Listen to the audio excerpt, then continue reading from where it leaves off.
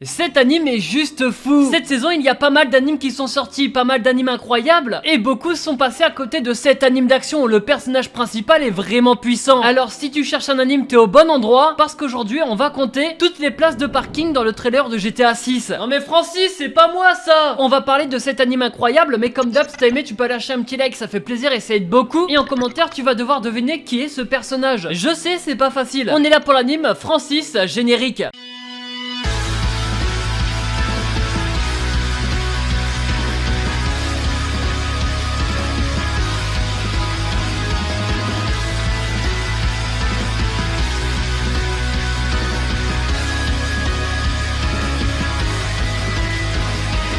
Cet anime de fou qui s'appelle Bushoku no Berserk. Personne n'en parle alors qu'il est incroyable. Mais il parle de quoi? Ich habe ein Problem, il parle allemand.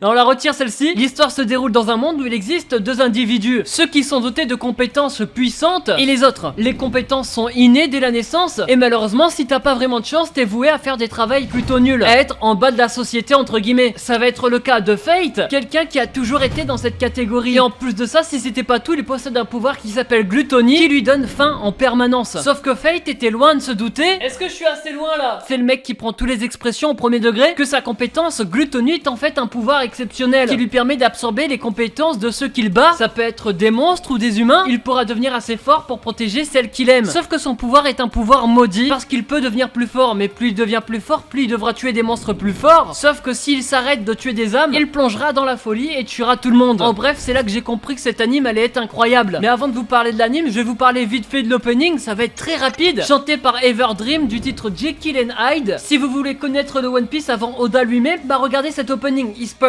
tellement, c'est que des extraits de l'anime, donc il n'y a pas beaucoup d'intérêt de le regarder. En plus, au niveau de l'audio, personnellement, j'ai pas trop apprécié. J'aurais aimé un truc un peu plus rock qui collerait beaucoup plus à l'histoire, donc je vous le conseille pas, ou attendez la fin de l'anime. Pourquoi il faut absolument que tu regardes cet anime? C'est vrai que le visuel donne pas vraiment envie, et c'est un point que je vous laisse. C'est vrai que l'animation est pas de son côté, c'est pas non plus catastrophique, mais on a vu beaucoup mieux, surtout en 2028. À côté, on a Shangri-La Frontière, JJK, des animations incroyables, et puis ça, c'est comme passer d'une chaudière à une bière chaude. Non, faut que je revoie mes comparaisons là, mais le synopsis nous attire quand même. On sait que le personnage principal va être surpuissant, mais en plus de ça, on a une critique sur la société de l'anime. Un monde où les forts s'en prennent aux plus faibles, ou même ceux qui sont censés protéger le peuple les maltraitent. On pourrait penser que c'est tiré d'une histoire vraie. Roxy, l'amie du personnage principal, étant la seule à protéger le peuple, mais aussi à les aimer. Le personnage principal, lui, a été du côté des maltraités. Il se voit tiré vers le haut par Roxy qui va l'aider dans toute sa vie, et ensemble ils vont combattre ces inégalités, même s'ils vont pas combattre main dans la main, parce qu'en fait le perso principal, il cache ses pouvoirs. Je vais vous expliquer pourquoi, mais attention parce que ça va être très long, parce qu'il a envie. Ah bah non, c'était rapide en fait. Le pouvoir des Gluttony fait partie des péchés capitaux. C'est un concept intéressant dans cet anime, et c'est pas le seul dans cette situation. Il existe la colère, l'avarice, etc., etc. Chacun des pouvoirs rend la personne qui l'obtient cheatée, mais il y aura toujours une contrepartie. Par exemple, le perso principal, il peut devenir fou. Celui qui possède la colère ne peut jamais mourir, et ce genre de contrepartie rend le truc intéressant à suivre. On a envie d'en découvrir un peu plus sur les personnages qui possèdent ces compétences, leurs facultés, mais aussi quels sont leurs objectifs. Parce que oui, il existe des gentils comme des méchants, et ça se rajoute avec toutes les petites actions que le perso principal va faire, ce qui fait qu'on s'ennuie jamais. Et ça c'est normal parce que ça s'appelle Berserk of Gluttony. Mais c'est Gluttony, pas Gluttony. À chaque épisode il se passe quelque chose. Certes l'animation est pas au top, mais c'est pas ce qui fait 100% d'un anime. Grâce à ça, ça s'enchaîne assez rapidement, et si vous attendez les épisodes chaque semaine, ce qui est presque terminé, bah vous ne serez pas non plus déçus. On va suivre l'évolution de la romance avec Roxy, mais aussi du personnage Roxy, même s'il est secondaire. Elle va reprendre le poste de son père qui est décédé, mais qui est aussi des Blu-ray ou alors des cassettes.